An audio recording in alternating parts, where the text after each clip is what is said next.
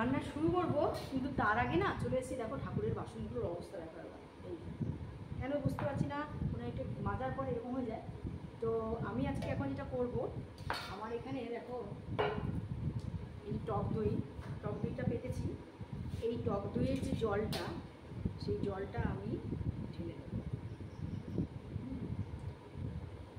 টক দইয়ের জলটা দিয়ে আজকে ইচ্ছে আছে আমি একটুখানি মাজবো, মেজে দেখি তো কেমন হয়।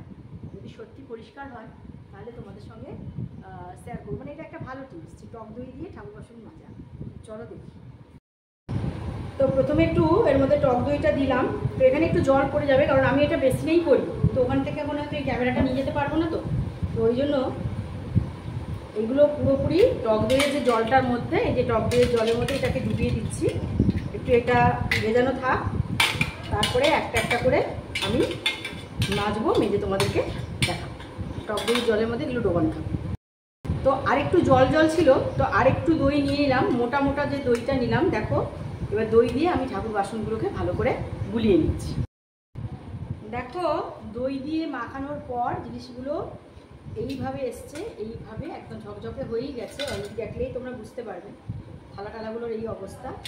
এই যে এইরকম হয়ে গেছে। এবারে এটাকে যেটা করবো আমি, এবারে এই যে আমার এখানে একটু ছাই আছে, দেখো ছাই আর একটা ভিম সাবান দিয়ে এটা একটু আরেকবার মেজে তারপরে তোমাদের ধুয়ে একদম দেখাবো। দেখো কীরকম হলো বাসনগুলো, একবার ভালো করে নিয়ে সবাই দেখে নাও। টক দই দিয়ে আমি ভালো করে বাসনটা, তারপরে একটু ছাই দিয়েছি। এই যে দেখো ছাই বুলিয়ে দিয়েছি, তারপরে আর ভিম সাবানও ছিল। এই যে আর একটা গ্লাস আনি, সেটাতে তোমার ইয়ে হয়েছে, ছোলা একটু ভেজানো আছে, তার জন্য করা হয়নি। এই হচ্ছে ঠিক আছে থালাগুলো। এই একটু সামনে থেকে ভালো করে দেখাই।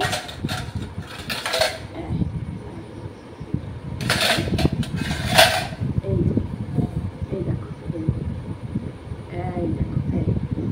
এইটা হচ্ছে একদম পরিষ্কার ঝকঝকে ঠাকুরের বাসন।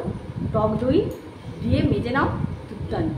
তেঁতুল থাকলে ভালো, তেঁতুল যদি না থাকে টক দই, তবে একটু ছাই যদি থাকে খুবই ভালো। আর যদি তোমাদের ছাই না থাকে, বালি মাটি যা পাবে তাই দিয়ে তোমরা কিন্তু করতে পারো।